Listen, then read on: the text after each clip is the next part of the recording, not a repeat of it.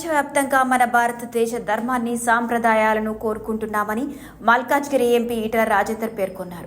ఈ సందర్భంగా వారు మర్కుక్ మండలంలోని వరదరాజపూర్ గ్రామంలోని వరదరాజస్వామి పునఃప్రతిష్ఠ కార్యక్రమంలో పాల్గొని ప్రత్యేక పూజలు నిర్వహించి మాట్లాడారు. ప్రపంచవ్యాప్తంగా సంపద, శాస్త్రీయ విజ్ఞానం పెరిగిన ప్రశాంతత కరువైందన్నారు. ప్రశాంతత దొరకాలంటే ఒక దేవాలయం వల్లనే సాధ్యమని ఎంపీ తెలిపారు. అనేక దేశాల్లో మారణ హోమాలు జరుగుతున్నాయని చెప్పారు. ప్రపంచ మానవాళి చల్లగా ఉండాలంటూ పూజలు చేసేది ఏకైక దేశం మన భారతదేశమని తెలిపారు. అమెరికాలో సైతం భారతదేశ సాంప్రదాయాలను కోరుకుంటున్నారని చెప్పారు.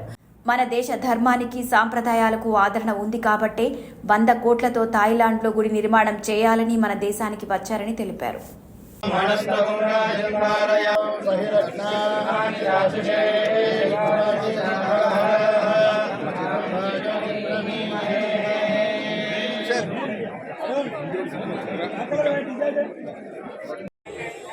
స్వాములకు ప్రజలందరికీ కూడా శుభాకాంక్షలు తెలియజేస్తాను.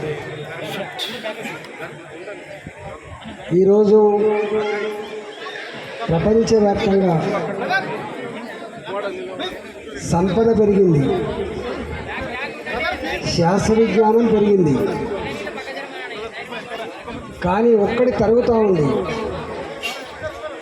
ఆ తగ్గేది తరిగేది ఎక్కడ చూసినా ప్రపంచవ్యాప్తంగా మన దేశంలో మన కుటుంబాల్లో కూడా ఒక్కటి కరువైంది, అది ప్రశాంతత. ఈ ప్రశాంతతనిచ్చే శక్తి ప్రభుత్వాలకు లేదు, పాలకులకు మాత్రమే ఉండదు. ఈ ప్రశాంతతనిచ్చేటువంటి శక్తి దేవాలయాలకు మాత్రమే ఉంటుంది, సనాతన ధర్మానికి మాత్రమే ఉంటుంది.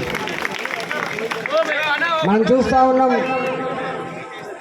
అనేక దేశాలలో ప్రతినిత్యం అనేక రకాల దుష్ట కార్యక్రమాలు, సాంప్రదాయాలు, మారణ హోమాలు జరుగుతూ ఉన్నాయి.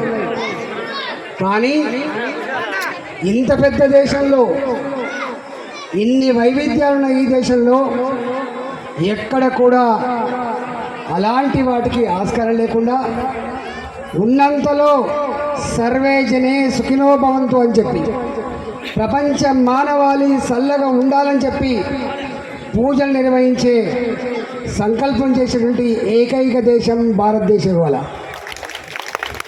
మనం చూస్తూ ఉన్నాం, మన దేశం యొక్క గొప్పతనం మన దేశం యొక్క సాంప్రదాయాల్లో మాత్రమే ఉన్నది.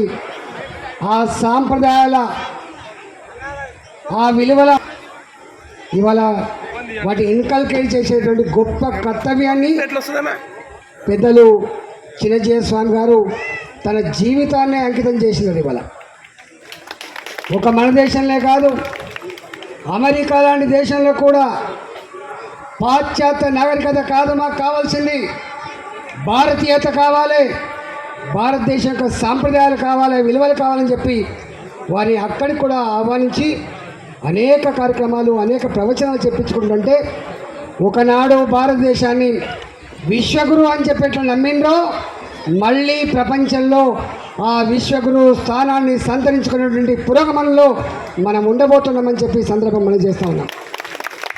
ఇక్కడెక్కడో గల్ఫ్ లాంటి దేశాల్లో కూడా ప్రశాంతత కావాలి, అక్కడ కూడా ఆలయాల నిర్మాణం జరుగుతూ ఉన్నాయి.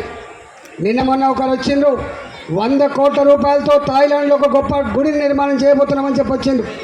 ప్రపంచవ్యాప్తంగా కూడా మన ధర్మానికి, మన సాంప్రదాయాలకి, మన విశ్వాసాలకి ఇవాళ ఆదరణ పెరిగింది.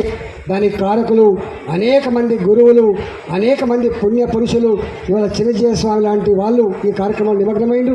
నేను మీ అందరికీ కూడా శుభాకాంక్షలు తెలియజేస్తూ, తప్పకుండా మాలాంటి వాళ్ళం ప్రజా జీవితంలో ఉన్నప్పటికీ కూడా ప్రజలందరూ చల్లగా లేకుండా మా ప్రశాంతత కూడా లేదు. కాబట్టి మీ అందరికీ ప్రశాంతత కల్పించేటువంటి భాగ్యం కల్పిస్తున్న వారికి అభినందన తెలియజేస్తూ సెలవు తీసుకున్న భారత్ మాతాకి. Hi everybody, this is Kiriti Damaraju. Like, share and subscribe to Saira TV.